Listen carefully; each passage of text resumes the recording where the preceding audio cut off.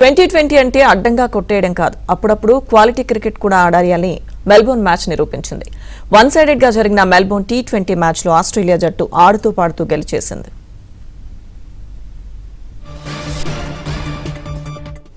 IPL మ్యాచ్ల తరహాలోనో లేదా ఇండియాలోనో సొంత పిచ్లపై ఆడినట్టుగానూ ఆడాలనుకున్న భారత్ బ్యాటర్లు మొక్కబోర్లా పడ్డారు. టాప్ ఆర్డర్ అంతా తుస్సని తేలిపోయింది. 18.4 ఓవర్లలో 125 రన్స్ కు ప్యాక్ అయింది. అభిషేక్ శర్మ ఒక్కడే 68 రన్స్ చేస్తే మిగిలిన వారందరూ కలిసి 54 రన్స్ చేశారు.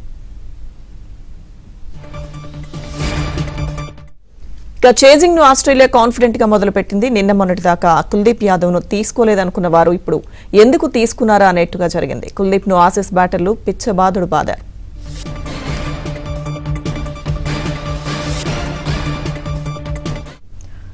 ప్రస్తుతం మ్యాచ్ కు సంబంధించి మనతో మాట్లాడడానికి స్పోర్ట్స్ అనలిస్ట్ చంద్రశేఖర్ గారు ఉన్నారు. Hello sir. హలో అండి. సార్, భారత్ ఎక్కడ విఫలమైనట్టు ఏం చెప్తారు సార్ మీ అనాలిసిస్? అంటే శివం దూబేని పెట్టుకొని శివం దూబేని అంత డౌన్ ది ఆర్డర్ పంపించడం అనేటువంటిది I think that is a blunder.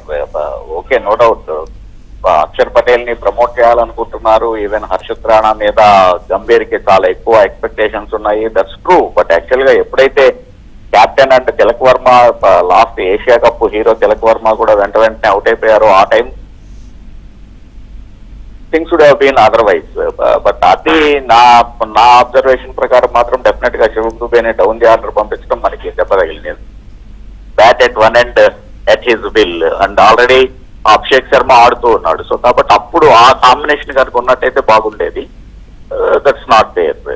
Even actual గా సూర్యకుమార్ యాదవ్ అప్పటికే అంతకు ముందు డెలివరీనే లక్కీగా ఇంగ్లీష్ క్యాచ్ ని డ్రాప్ చేశాడు. సో ఆ తర్వాత ఏవేది బాల్ ని ఆ రకంగా ఆడకుండా కనుక వెల్లిప్ చేస్తుంటే కనుక బాగుండేది.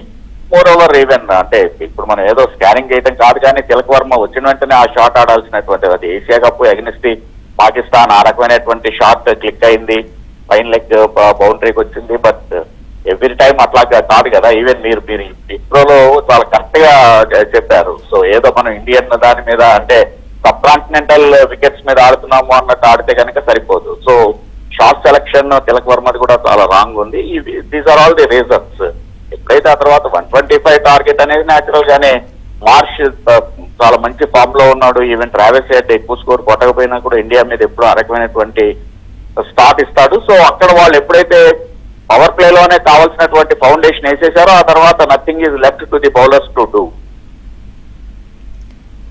Okay, thank you sir Chandrashekar garu. Thanks sir.